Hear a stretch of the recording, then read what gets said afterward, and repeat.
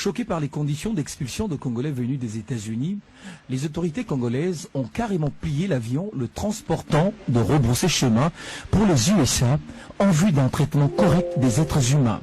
Le chargé d'affaires de l'ambassade des États-Unis à Kinshasa a pris l'engagement de traiter ce dossier avec sa hiérarchie.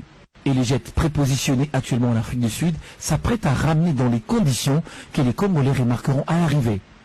Il faut signaler par ailleurs que depuis l'arrivée de Donald Trump à la Maison-Blanche, beaucoup de Congolais sont menacés et d'autres en attente d'expulsion.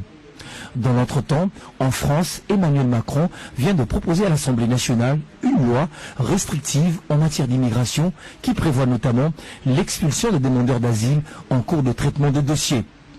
Pour rappel, la ministre des Droits humains Marie-Ange Mouchobekwa s'était rendue à l'aéroport de Ndjili pour s'enquérir de la situation des expulsés des Congolais des États-Unis. Ces derniers l'ayant relaté le calvaire et l'horreur qu'ils ont vécu pendant leur expulsion, Marie-Ange Mouchobekwa avait catégoriquement refusé de les accueillir et avait décidé de renvoyer le jet pour violation de droits humains.